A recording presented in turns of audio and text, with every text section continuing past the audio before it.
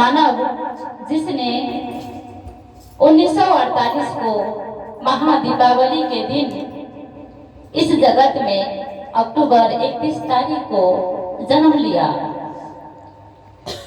सिवान जिला आमलोहरी गांव में, जिसका नाम हुआ हरिंद्रानंद। उनके माता पिता के नाम विश्वनाथ सिंह, राधा देवी, और उनके 4 संतान हैं। पिता विश्वनाथ की, माता राधा देवी की। उनमें से प्रथम संतान है हमारे हरिंद्रानंद जी। उनके पिता इस शिक्षा जगत के एजुकेशन डायरेक्टर थे और उनकी चाहत थी मेरे बेटा, प्रथम बेटा हरिंद्रानंद को ऐसा उच्च शिक्षा देंगे, पढ़ाई दे ऐसा कराएंगे जिससे वो इस जगत में सही पोस्ट के साथ, सही सम्मान के साथ वो जीवन जिए। लेकिन उनके जीवन में घटनाओं की सिलसिला ऐसा चला, एक समय चमत्कारी साधु बाबा ने पिता विश्वनाथ और राधा देवी के घर आकर उनके सामने उनके बेटा को, यानी हमारे हरिंद्रानंद को कहा कि माता जी, ये लड़के का सारे बात नहीं मानना। तब हमारे साहब हरिंद्रानंद जी 6 क्लास में पढ़ते थे।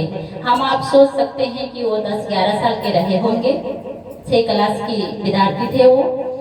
तब उन चमत्कारी साधु ने मात्र कह दिया कि ये लड़का की सारे बात नहीं मानना, इसके आंखों में मोहिनी है, आगे चलकर ये जादूगर बनेगा। अब हमारे साहब हरिंद्रानंद के मन में ये जिज्ञासा दौड़ने लगा, घूमने लगा, आखिर ये साधु बाबा ने मेरे आंखों में मोहिनी देखा कैसे? मोहिनी होता क्या है? और उन्होंने अनेक प्रयास किया, कोशिश किया, मोहिनी होता कैसा है।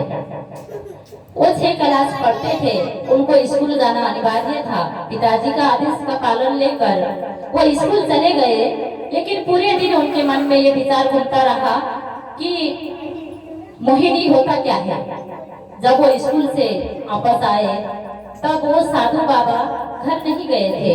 उनके पिता विश्वनाथ माता राधा देवी के साथ पूजा पाठ, तंत्र मंत्र, परमात्मा की विषय में बातचीत चल रहा था। तब साहब हरिंद्रानंद ने सोचा, वो 10-11 साल के बच्चे सोचा कि अरे वो बाबा तो गया नहीं, आज रुकेंगे तो मैं पक्का ये बाबा से ये पूछ लूंगा कि उन्होंने मेरे आंखों में ऐसा मोहिनी क्या देखा। ये सवाल हम करेंगे। वो विचार में रहे और समय होता जा गया, रात होता गया।